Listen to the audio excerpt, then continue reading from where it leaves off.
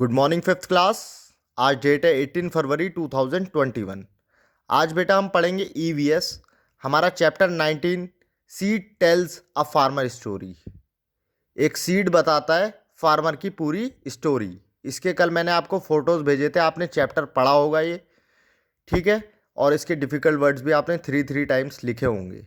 आज हम इसके क्वेश्चन आंसर्स पढ़ेंगे और मैं आपको साथ के साथ इसका हिंदी मतलब भी बताता चलूँगा। वीडियो को एंड तक ज़रूर देखिएगा बेटा। और एक चीज़ मैं आपको और बता दूं, आपका काम रहेगा, आपको ये क्वेश्चन आंसर समझने हैं पहले वीडियो देख के, उसके बाद आपको ये याद करके अपनी कॉपी में लिखने हैं। ये आपका आज का काम रहेगा ईवीएस में 18 तारीख का। Question number 1, what kind of progress would you like to see in your area. किस तरीके की प्रोग्रेस आप देखना चाहेंगे अपने एरिया में, यानी कि प्रोग्रेस का मतलब बढ़ोतरी। अपने एरिया में आप किस तरह की बढ़ोतरी देखना चाहेंगे।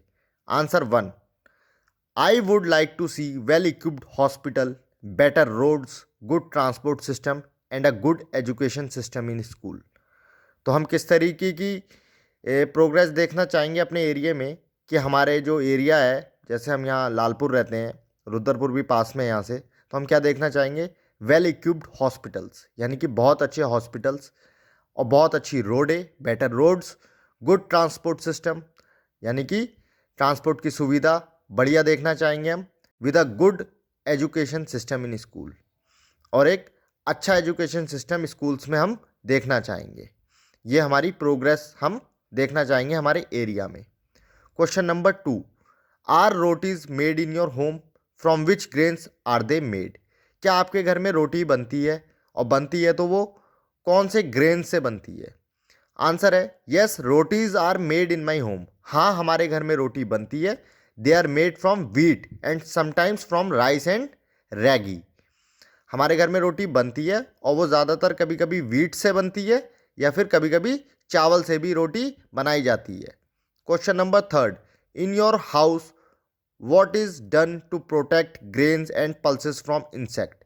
आपके घर में अगर ग्रेन्स और पल्सेस रखे हुए हैं, पल्स मतलब दाल होता है बेटा, तो आप उन्हें इंसेक्ट्स से बचाने के लिए क्या करेंगे। आप उन्हें बचाने के लिए we use to keep pulse and grains in air tight container and some pulses are sun dried. अगर हमें अपने घर की दालों को और ग्रेन्स को बचाना है तो हम उसे एयर टाइट कंटेनर में रखेंगे जिसमें हवा ना लगे। एयर टाइट कंटेनर वो होता है जिसमें आप हवा नहीं पहुंचती है और वो ग्रेन्स और पल्सेज आपकी सुरक्षित रहती हैं। और कभी कभी हम पल्सेज यानी कि दालों को हम सुखा भी लेते हैं जिससे उसमें इंसेक्ट्स नहीं लगते हैं। Question number 4, what can happen to Hasmukh farm after some years. तो जो स्टोरी में हसमुख हैं उनके फार्म को क्या हो सकता है कुछ सालों के बाद। Hasmukh farm will lose fertility after some time because Hasmukh is using chemical. तो हसमुख जो चैप्टर में है उनका जो फार्म है वो अपनी फर्टिलिटी लूज कर देगा, वहाँ पे अनाज पैदा नहीं होगा क्योंकि वो बहुत सारा केमिकल यूज़ कर रहे हैं अपने फार्म्स में, अपने खेतों में बहुत सारा केमिकल यूज़ कर रहे हैं, जिसकी वजह से कुछ टाइम के बाद उनका जो फार्म है उसकी फर्टिलिटी ख़त्म हो जाएगी। Question number 5, what would happen if all the farmers were to use only one kind of seed and grow only one kind of crop. क्या होगा अगर सारे फार्मर्स एक ही तरीके का सीड लगाएंगे और एक ही तरीके का क्रॉप लगाएंगे, तो क्या हो जाएगा, we cannot survive by eating just one kind of crop. हम जीवित नहीं रह पाएंगे अगर हम एक ही तरह का क्रॉप खाते रहेंगे।